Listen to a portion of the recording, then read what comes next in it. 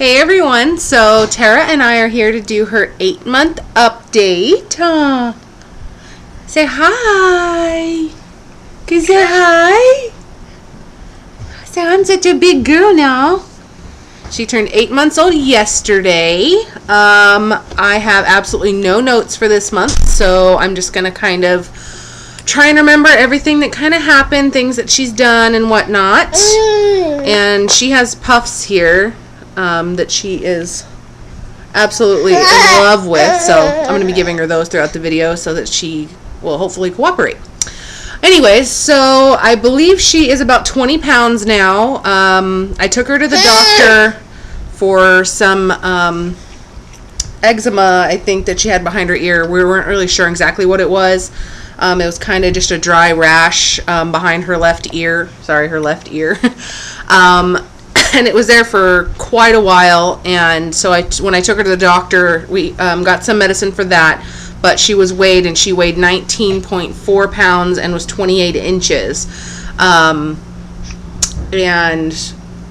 that was about, I want to say about 2 weeks ago, maybe 3 weeks ago. It was really shortly after she turned 7 months old. Okay, let's have another puff. I have a wiggly worm here. So yeah, I'm assuming now she is about 20 pounds approximately, and probably like 28¼ inches or something like that. Huh, you want to stand up and show them how big you are? Whee! Say, I'm such a tall girl. So she just wants those puffs. What else have you been doing? She has officially started to crawl. She's been, you know, army crawling for forever now, since about 6 months or so. But she just would not get up on her hands and knees and actually crawl. She was getting up on her hands and knees and rocking in place and all of that stuff. But she wasn't actually, you know, going in motion. But if you guys saw my last, I think it was my very last video, or my video, oh no, my last video was my JBF haul that I did. But the video before that was the video of her crawling officially, but she still doesn't do it like full time. She only does it on her terms, and she wants the buttons. I'm going to move the laptop a little further away. There we go. Yeah, she wants the buttons. But yeah, she just does it on her terms when she feels like it. I think she just is still a little cautious about it. She also is, I swear, going to be walking well before she's a year, because she pulls herself up on everything now. The hassock that I have in front of my couch, she pulls herself up on her toys, on her side of her exerciser. When I put her in the pack and play, she just immediately stands up. In her crib, always standing. She just absolutely loves it. But now she's starting to venture out. If like I have my hassock, you know, like kind of at an angle while I'm sitting on the couch where I am now, if the hassock's just like right next to me here, I'll stand her up against that, and then she'll kind of reach out for me. You want it? Can you do it? Can you get it? Can you get it? She's really practicing. Good job! Her picking up stuff with her fingers and putting it in her mouth, and she's getting better every day. But with soft stuff, soft foods, which I'll touch on in a minute, she's still having difficulty with. Anyways, yeah, she'll like venture out from the hassock and like reach out to my leg, which will be, you know, yay far away from her. And she'll turn around and reach for me and then step toward me. So I know that she's getting more comfortable with, you know, taking steps and kind of venturing out and taking a little bit more, you know, just steps toward walking and making that move. So that's really crazy, because I'm so not ready for her to walk yet. Because once they start walking, they don't really walk, they run. What else? Oh, wiggly wiggly worm. She has 7 teeth. I think, I don't know if I mentioned that in the last video, because I think last video she had 6 teeth. But now she has 7 teeth, 4 on the top and 3 on the bottom, which is crazy also. Oh, booger do. Here, you want another puff? You gotta be on the video. We can't cry. No crying, no fussing. But she's done really well with teething. I mean, she hasn't gotten, you know, too overly fussy and too overly uncomfortable to the point where, you know, where it seems to really, really bother her. I mean, she definitely has her moments, and mainly at night, you know, she does get a little fussy. She has been, you know, pretty much warm, like running a mild temperature. What? Running a mild temperature from the moment she started teething and really cutting teeth until, you know, now. I mean, it kind of fluctuates every day. Oh my goodness, I'm sorry guys, she's a little tired and it's almost dinner time. You get it? I mean, yeah, her temperature fluctuates, but not, you know, it's not ever super high or anything. She gets Tylenol probably once or twice a week, depending on how she, you know, as acting or whatnot, but I try not to give it to her too often, and she's still on the lowest dose for her weight. That you know is recommended for her weight is I give her the lowest amount. What else?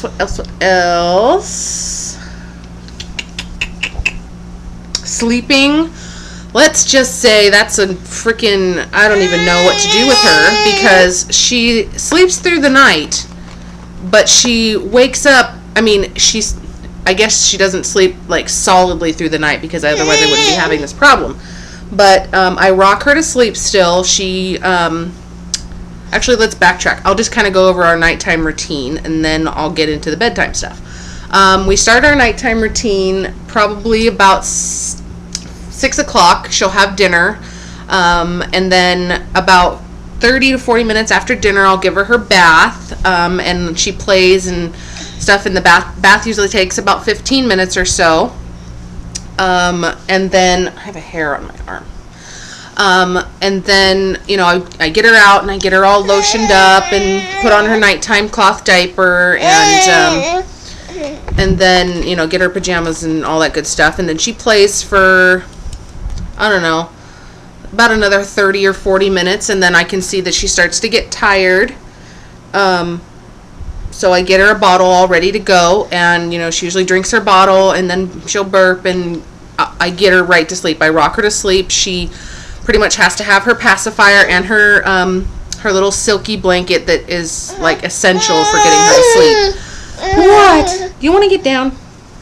You don't want to be in the video? You don't want to say hi to all these pretty people? Oh, my goodness. Oh. Let's see. Let's switch sides. Okay. Okay. And yeah, I rock her to sleep, and she just goes right to sleep without a problem 99% of the time. But then, you know, once she's asleep, I'll, you know, do my thing, and she'll sleep for a good solid 4 or 5 hours probably. She goes down originally about 8:30, 9 o'clock-ish. And then she'll sleep till about 2, 3 in the morning, something like that. And then, you know, she wakes up, not fully awake, but just enough to where I can't just, you know, pat her on the back and get her comfortable in her crib again and get her to go back to sleep. So, oh, you found your brush. Woohoo! So I pretty much, and I'm, you know, a zombie at that point because I've already been asleep for several hours myself. So what I end up doing is I put her in bed with me, and that's been happening pretty much continuously for the last about month at least. It's slowly kind of progressed, you know, from like once or twice a week to, ew, don't put that part in your mouth, yucky. You can chew on the handle though. Yeah, slowly progressed from about once or twice a week to, you know, pretty much happens every single night of the week. She ends up waking up at some point during the night, and then I just put her in bed with me. I move, you know, I start out sleeping in my husband's bed, and I think I've mentioned that before, that my husband has sleep apnea, so he sleeps really, really hard, and I don't want to have the baby in bed with us together, just in case, you know, he were to roll over or something, because he's very, very hard to wake up. Anyways, so I'll, you know, start out in our bed, and then if whatever time she wakes up in the middle of the night, you know, I get up and I'll go into our spare room, which it has a queen size bed, and Terra and I will just sleep the rest of the night in there. but yeah, it's just I want to get her to sleep completely in her crib by herself all night long, but I don't know how to do that. So if you guys have any suggestions on, you know, what I can do to get her to sleep through the night, you know, we have white noise going. She has a box fan in her room, and then she also has her, whoop, and there go all the puffs. Great. My dogs will be in heaven. Yeah, she has a sleep sheep that, you know, that plays for the 45 minutes. It's the miniature one, so it doesn't play for very long. But then she has the fan that plays all night long. But still, you know, it doesn't ever fail. It seems like just, you know, no matter how quiet we are or, you know, whatnot, she just seems to wake herself up in the middle of the night, and I don't understand why. Ooh, here you go. I'm going to put her on the ground. What? What are you doing? How beautiful. How beautiful. So yeah, that has been a struggle definitely this past month. Feeding is going really well. She loves to eat. She's doing 3 meals a day, breakfast, lunch, and dinner. Sometimes not a full-on lunch. It's sometimes more like a snack. But she definitely has, you know, something, you know, for that lunchtime hour. I'm still doing the purees, but she gets, you know, for dinner purees, but a smaller amount, and then I give her, you know, whatever we're having for dinner on top of that, like the healthier portion of what we're having, stuff she can have, you know. And then we're really working on finger foods like the puffs. I'm giving her a few on her high chair or in her stroller, those little, you know, the little tray on her stroller. I give her a few there, and I let her, you know, practice picking them up with her fingers. Most of them end up on the ground, obviously, but she is getting better. But soft food she has a problem picking up because it ends up like squishing in between her fists, and then she can't figure out how to get it from her fist into her mouth. So we got to work on that. What else? Cloth diapering is going really well. I talked about it in my last video that I'm not using the cloth wipes anymore because she ended up getting a rash, and I haven't ventured into trying it again because we had ended up going out and buying a huge box of wipes that had like 1,500 wipes or something at Costco. So until those are gone, I'm just gonna, you know, wait and before I use the cloth wipes again. But I definitely want to give it another go around sometime soon.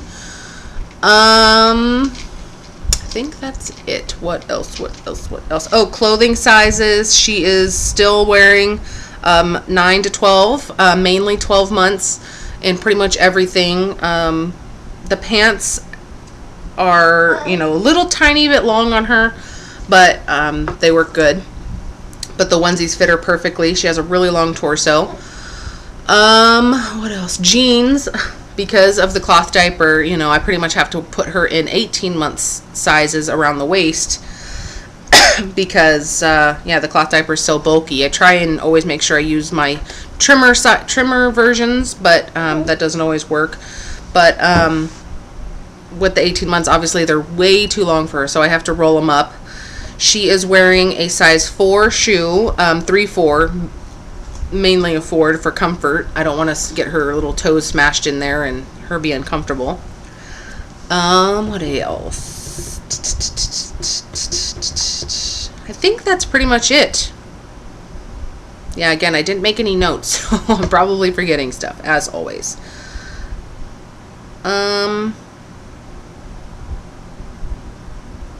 Yeah, that's pretty much it. I'm sorry, I just kind of want to make sure I'm not forgetting anything. So yeah, that is all for her 8-month update. I cannot even believe she's 8 months old. It's just blows me away.